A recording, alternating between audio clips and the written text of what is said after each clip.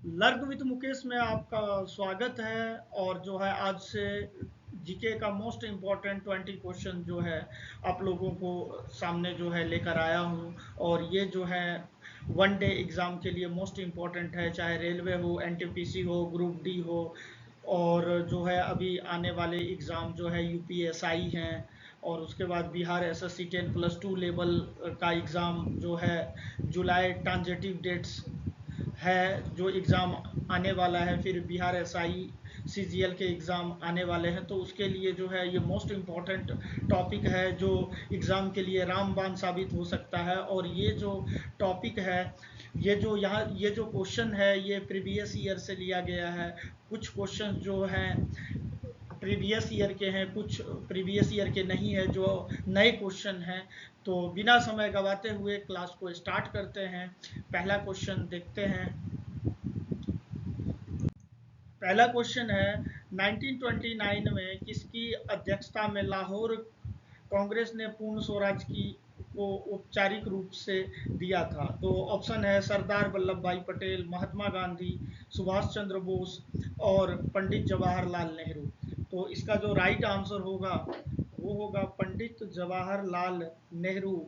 अब देखते हैं, सरदार वल्लभ भाई पटेल 90 1931 में जो है कराची कराची अधिवेशन में कराची अधिवेशन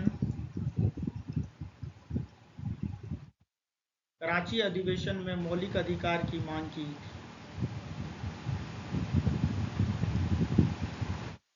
मौलिक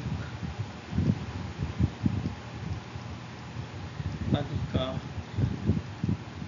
की मांग की थी। महात्मा गांधी जो है एकमात्र कांग्रेस का अधिवेशन किया था 1924 में बेलगांव बेलगांव बेलगांव अधिवेशन जो कर्नाटका में है। सुभाष चंद्र बोस 1939 में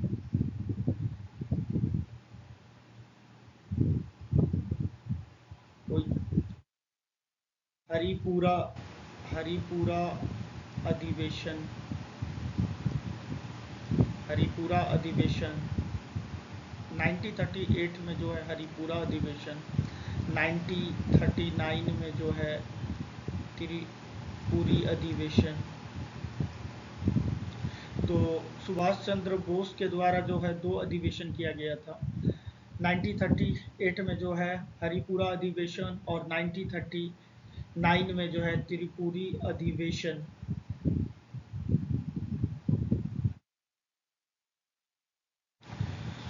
तो चलिए नेक्स्ट क्वेश्चन करते हैं। प्राश्रव्य तरंगों की आवृत्ति कितनी होती है? प्राश्रव्य तरंग जो होती है वो 20,000 हर्ज से अधिक होती है अधिक होती है। और जो है प्राश्रव्य तरंग की जो है ध्वनि, जो चमगादड़, चाहे कुत्ता हो, कैट हो, ये सुन सकते हैं। यानी कि अब देखिए दूसरा जो है श्रव्य होता है। श्रव्य जो 20 हर्ज से 20,000 हर्ज तक होती है, जो मनुष्य सकते हैं।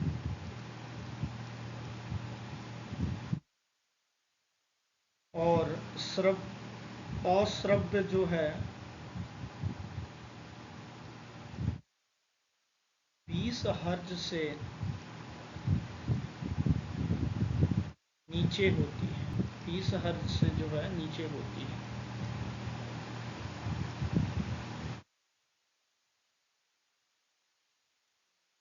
ये जो सुन सकते हैं, ये जैसे भूकंप है, उसकी आवाज़ जो है वो क्या होती है, 20 हर्ट्ज से नीचे होती है। तो यहाँ पे देखेंगे पहला ऑप्शन में जो है 20 किलो हर्ज है, तो किलो मतलब हज़ार हो जाएगा, हज़ार से मल्टीप्लाई कर देंगे तो क्या हो जाएगा, 20,000 हो जाएगा।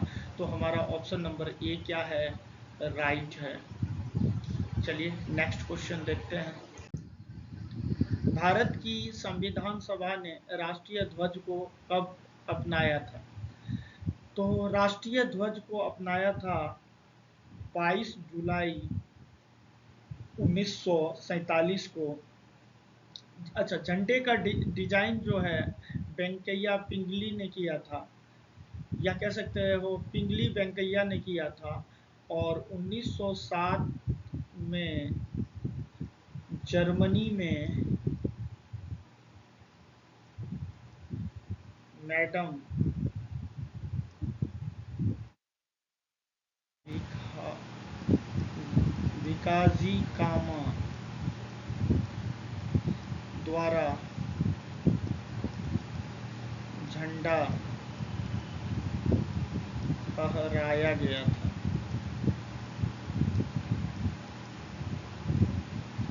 हैंड राइटिंग जो है मैनेज कीजिएगा, बहुत इम्पोर्टेंट क्वेश्चन है ये, स्टार कर रहा हूँ, कई बार एग्जाम में पूछे जा चुके हैं। तो इसका जो आंसर है वो ऑप्शन 4 है, राइट आंसर। चलिए नेक्स्ट क्वेश्चन देखते हैं। अहमदाबाद में पहली सूती कपड़ा मिल किस वर्ष शुरू किया गया?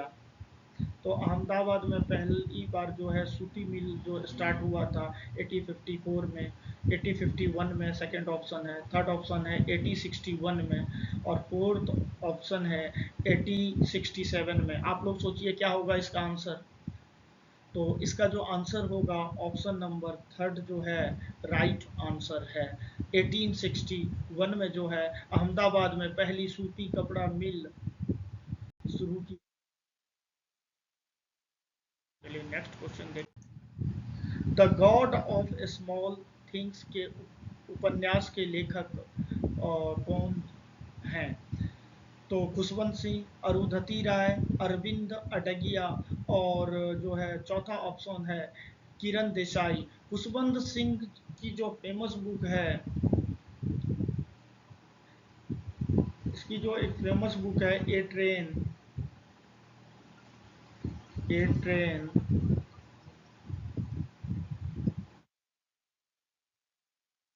ए train to Pakistan.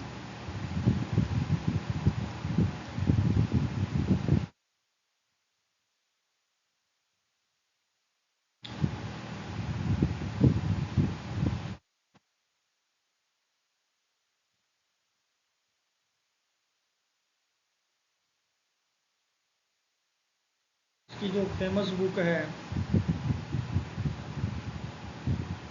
A train to Pakistan. Arundhati Roy की बुक है God of Small Things. Arvind Adiga, Booker prize मिला था। अच्छा, अरुंधति राय को 1997 में जो है गॉड ऑफ स्मॉल थिंग्स के लिए जो है बुकर प्राइज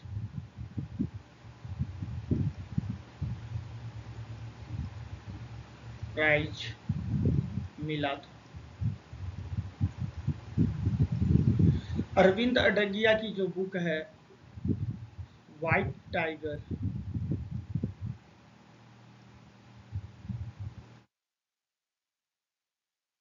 व्हाइट टाइगर के लिए जो है इसे मेन बुकर प्राइज मिला था। और किरण देसाई की जो बुक है inheritance of loss, super important, ये चारों जो ऑप्शन हैं वो सुपर इम्पोर्टेंट्स हैं। तो वाइट टाइगर के लिए जो बुकर प्राइज मिला था अरविंद अडिगा को, ओके। उसके बाद किरण देसाई जो था वो जो है इनहेरिटेंस ऑफ लॉस इसकी फेमस बुक है। चलिए, इसका जो आंसर हो जाएगा वो option number second right answer होगा।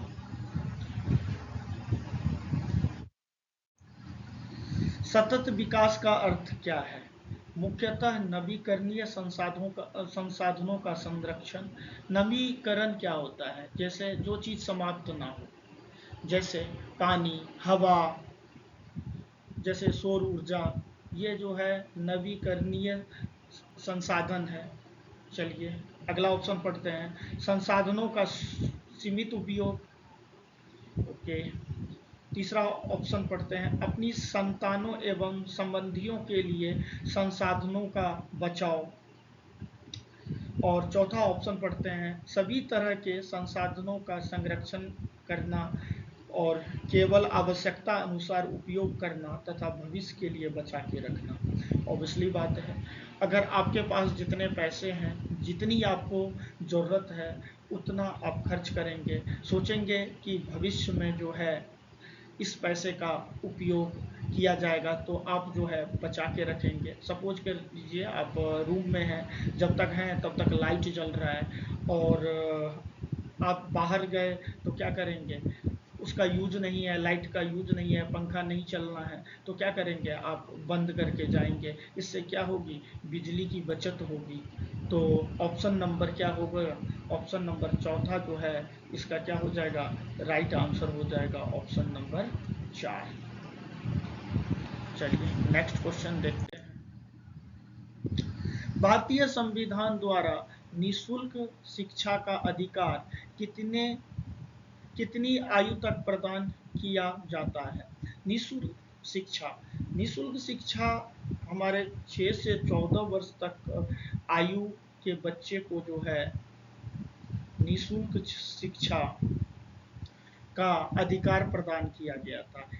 एक हमारे संविधान में था 86 में संविधान संशोधन,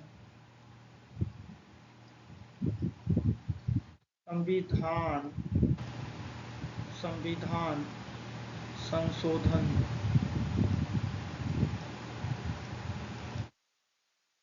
2002 में 6 वर्ष से 14 वर्ष की आयु के लिए बच्चे का जो था निःशुल्क शिक्षा प्रदान किया जाना अनिवार्य कर दिया था। और शिक्षा का अधिकार जो है मौलिक अधिकार है। शिक्षा का अधिकार क्या है? मौलिक अधिकार है।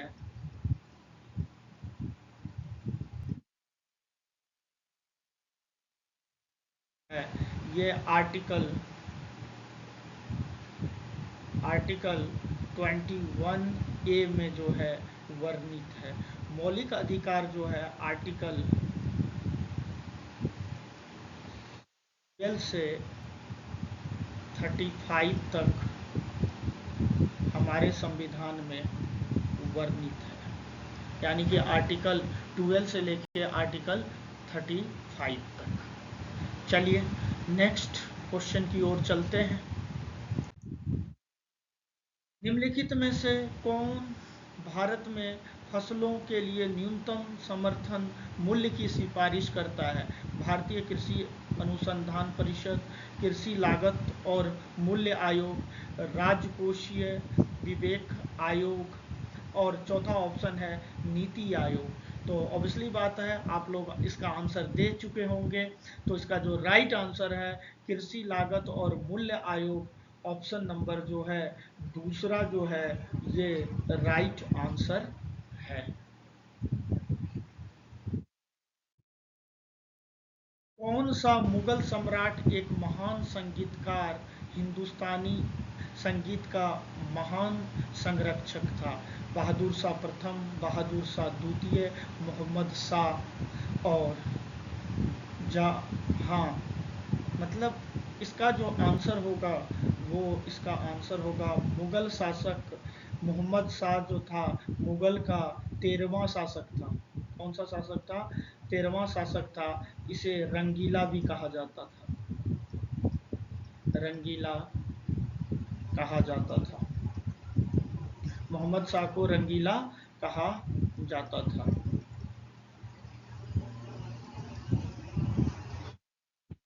का जो राइट आंसर होगा ऑप्शन नंबर थर्ड होगा। चलिए नेक्स्ट क्वेश्चन देखते हैं। राज्यसभा का सदस्य बनने के लिए भारतीय नागरिक की कम से कम कितनी उम्र होना चाहिए? 20 वर्ष, 30 वर्ष, 35 वर्ष और 25 वर्ष। तो देखिए राज्यसभा के मेंबर के लिए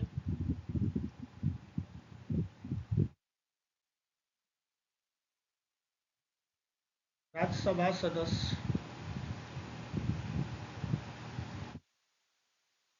के लिए जो है 30 वर्ष होना चाहिए। लोकसभा के लिए सभा के लिए 25 ईयर होना चाहिए। विधानसभा के लिए कितना होना चाहिए? 25 ईयर होना चाहिए। तो एक प्रधानमंत्री बनने के लिए कितना उम्र होना चाहिए? ऑब्वियसली है प्रधानमंत्री लोकसभा का मेंबर होगा, है ना? तो कितना उम्र होना चाहिए? 25 ईयर। विधानसभा एक चीफ मिनिस्टर मुख्यमंत्री बनने के लिए कितना उम्र होना चाहिए? तो 25 साल होना चाहिए। राष्ट्रपति के लिए कितना? 35 ईयर। उपराष्ट्रपति के लिए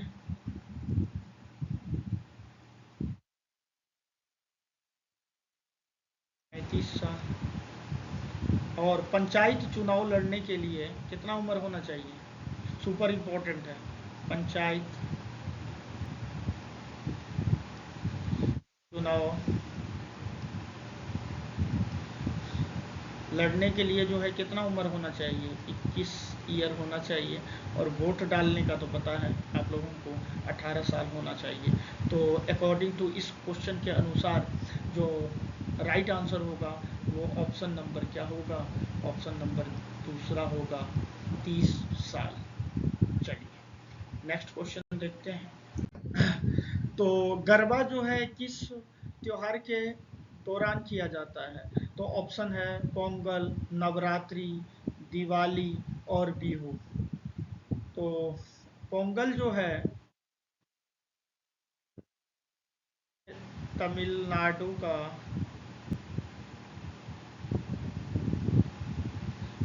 तमिलनाडु का पर्व है।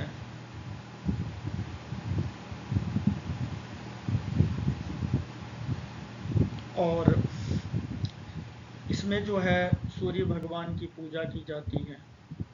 सूर्य भगवान की पूजा की जाती है और इसे मकर संक्रांति भी कहा जाता है। अब देखिए नवरात्रि, नवरात्रि के दिन ही जो है गुजरात में गरबा बड़े उल्लास से मनाया जाता है। और जो है गुजरात का जो है ये फेमस फेस्टिवल है, फेमस त्यौहार है गरबा।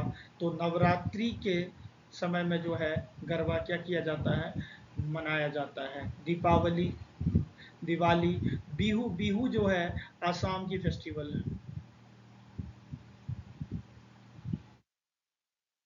आसाम की फेस्टिवल है बिहू। चलिए नेक्स्ट क्वेश्चन करते हैं। निम्नलिखित में से कौन सी पुस्तक मिल्खा सिंह की आत्मकथा है? Touch play, who lives, romancing my life, the race of my life. तो इसका जो राइट आंसर होगा the race of my life, flying Sikh के नाम से जाना जाता है और जो है मिल्खा सिंह। और जो है टच प्ले जो है प्रकाश पादुकोण की आत्मकथा है। किसकी? प्रकाश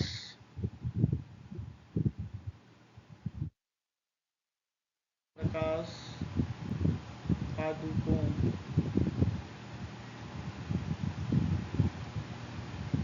प्रकाश पादुकोण की आत्मकथा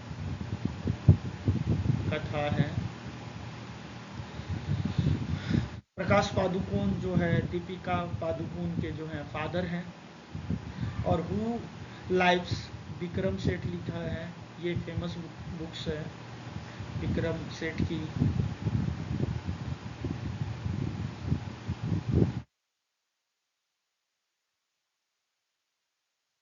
और रोमांसिंग माई लाइफ देवानंद ने लिखा है। तो जो है द रेश ऑफ माई लाइफ जो होगा ये राइट आंसर है। चलिए नेक्स्ट क्वेश्चन कर। द ब्लू अम्ब्रेला प्रसिद्ध भारतीय लेखक द्वारा लिखा गया एक उपन्यास है। खुशवंत सिंह, ए ट्रेन टू पाकिस्तान, पता ही आपको।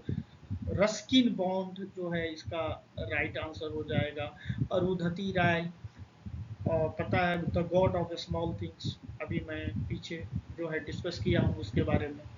तो जो है इसका राइट आंसर हो जाएगा Ruskin bond the blue umbrella, जो है बहुत मोस्ट इम्पॉर्टेंट क्वेश्चन है ये मोस्टली जो है हर पेपर में देखने को मिल जाता है वन डे एग्जाम में, तो इसलिए इसको स्टार लगा रहा हूँ। डफला और लेम्पो जनजाति किस राज्य में पाई जाती है? मध्य प्रदेश, अरुणाचल प्रदेश, राजस्थान और उत्तर प्रदेश। डफला और लेम्पो, मिश्मी, ये सारे पाए जाते हैं नॉर्थ ईस्ट के स्टेट यानी कि अरुणाचल प्रदेश में। राइट आंसर क्या हो जाएगा? अरुणाचल प्रदेश। हीमोफोबिया, हीमोफोबिया का डर है। हीमो मतलब क्या? हीमो मतलब ब्लड,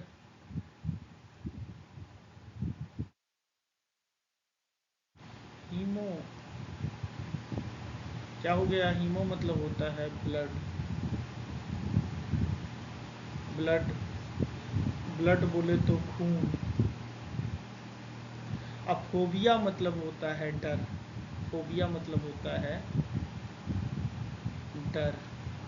तो खून से डर है ना, खून से डर, जैसे कहीं पे खून हो गया या किसी एक्सीडेंट हो गया किसी का, उसका ब्लड निकलने लगा तो किसी को बहुत ज़्यादा डर लगता है, तो इस उसे बोलते हैं हीमोफोबिया।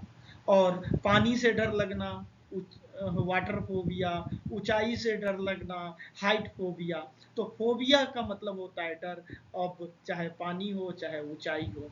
तो यहाँ जो है हीमो दिया हुआ है, तो क्या हो जाए? हीमो मतलब खून होता है, तो खून से क्या होता है? खून का डर। तो राइट आंसर क्या हो जाएगा? ए हो जाएगा। नेक्स्ट क्वेश्चन करते हैं। गौतम बुद्ध को डैश में एक पीपल के वृक्ष के नीचे ज्ञान प्राप्त हुआ? तो वाराणसी, बोध गया, उज्जैन, पाटलिपुत्र। तो इसका राइट आंसर हो जाएगा बोध गया। बोध गया कहाँ पे है? बिहार में है। और बिहार में जो है फल्गु नदी के किनारे जो है गौतम बुद्ध को जो है भगवान गौतम बुद्ध को जो है ज्ञान की प्राप्ति हुई। आज जो है वही जगह जो है बोध गया कहलाता है। गौतम बुद्ध का जन्म जो है 563 563 बीसी में 563 बीसी में नेपाल के तराइन में हुआ था। नेपाल नेपाल के तराइन में जो है लुम्बिनी नामक जगह पर हुआ था। और गौतम बुद्ध की जो मृत्यु हुई थी वो उत्तर प्रदेश के कुशीनगर में हुई थी।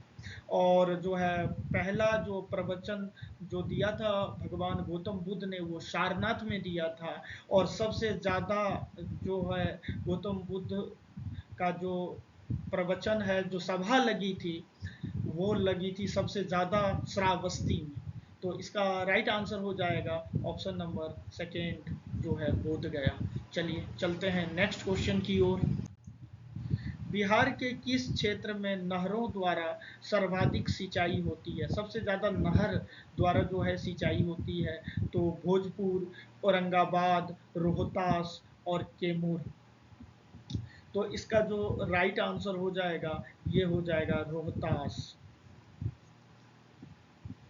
चलिए नेक्स्ट क्वेश्चन करते हैं। भारतीय संविधान का अनुच्छेद 18 किससे संबंधित है?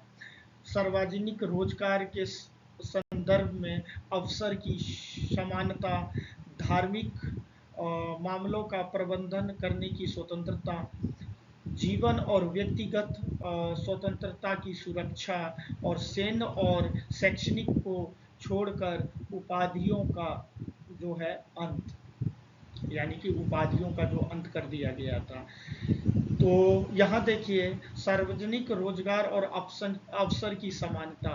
तो अवसर की समानता सभी के लिए गवर्नमेंट जॉब जो है, या सभी के लिए क्या है, सेम है, सेम अवसर है, एग्ज़ाम देते हैं और जो है एग्ज़ाम में जो अच्छे नंबर लाते हैं उनका सिलेक्शन होता है। लेकिन और कुछ जो है सीटें रिजर्व है, जैसे एससी, ओबीसी, एससी, एसटी और ईडब्ल्यूएस, है ना। तो यहाँ पे जो है ये आर्टिकल 16 में हो जाएगा अवसर की समानता। आर्टिकल, ये हो जाएगा आर्टिकल 16 में। और धार्मिक मामले का प्रबंधन करने की स्वतंत्रता, ये जो है आर्टिकल 26 में होगा। जीवन और व्यक्तिगत स्वतंत्रता की सुरक्षा जो है ये आर्टिकल 21 में होगा। आर्टिकल, यहाँ आर्टिकल लिख दीजिएगा। सैन्य और शैक्षणिक को छोड़कर उपाधि का अंत जो है वो आर्टिकल 18 में होगा। और आर्टिकल 14 में क्या कहता है? आर्टिकल 14 कहता है कि सभी के लिए क्या होना चाहिए, समान कानून होना चाहिए। आर्टिकल 15 क्या कहता है? आर्टिकल 15 कहता है जाति लिंग के आधार पर भेदभाव नहीं होना चाहिए। आर्टिकल 16 जो है अवसर की समानता। आर्टिकल 17 जो है छुआछूत का अंत। तो लगभग मैंने सारे आर्टिकल जो है डिस्कस कर दिए। समानता का अधिकार जो है आर्टिकल 14 से लेकर आर्टिकल 18 तक जो है समानता का अधिकार है। चलिए नेक्स्ट क्वेश्चन चलते हैं। तो इसमें जो आंसर हो जाएगा ये ऑप्शन नंबर 4 हो जाएगा। अमेरिका अमेरिकी गृह युद्ध कब शुरू हुआ था? तो अमेरिका का जो गृह युद्ध था वो 1861, 1865, 1857 और 1800। अमेरिका में गृह युद्ध हुआ था, जैसे कपास का जो है व्यापार होता था, ट्रेड होता था, और उसमें जो है रुक गया। मतलब जब युद्ध आपस में जो है होने लगा, तो इसमें जो है भारत को बहुत ज़्यादा फ़ायदा हुआ, क्योंकि जो है कॉटन का वहाँ से जो है बंद हो गया। और यहाँ पे भारत जो है फिर भारत से जो है ट्रेड होने लगा। उस टाइम में 1861 में जो है भारत अंग्रेज़ों के अधीन थे। तो ये हो जाएगा ऑप्शन नंबर ये जो है इसका क्या होगा, राइट आंसर है। 61 से 65 तक चला था गृह युद्ध। यहाँ पे पूछा है कि और जो कब शुरू हुआ, तो राइट आंसर 1861। अब पूछता कब अंत हुआ है, तो 1865। तो कैसा लगा आपको क्लास? आप कमेंट बॉक्स में लिखकर बताइएगा, और आप फीडबैक देना ना भूलिएगा। और जो भी कमी होगा बताइएगा, क्योंकि ये जो है दूसरा क्लास ले रहा हूँ। अभी लिखने में थोड़ी सी प्रॉब्लम जो है हो रही है। धीरे धीरे चीज़ें बढ़िया होगी, और कोशिश करूँगा कि बेहतर से बेहतर की तलाश करें, बेहतर से बेहतर आपको कंटेंट देने की कोशिश करें। और जो है अच्छे तरीके से नए नए क्वेश्चंस जो पेपर में पूछे जाते हैं, तो आप लोग अगर कहेंगे तो 20 या 25 क्वेश्चन की जीएस की सीरीज जो है मैं हफ्ते में कम से कम 3 या 4 क्लास लेकर आऊँगा। अगर आप लोग का सपोर्ट रहा तो कमेंट बॉक्स में ज़रूर लिखिएगा कि आपको ये क्लास कैसा लगा। Thank you so much. Bye bye, take care.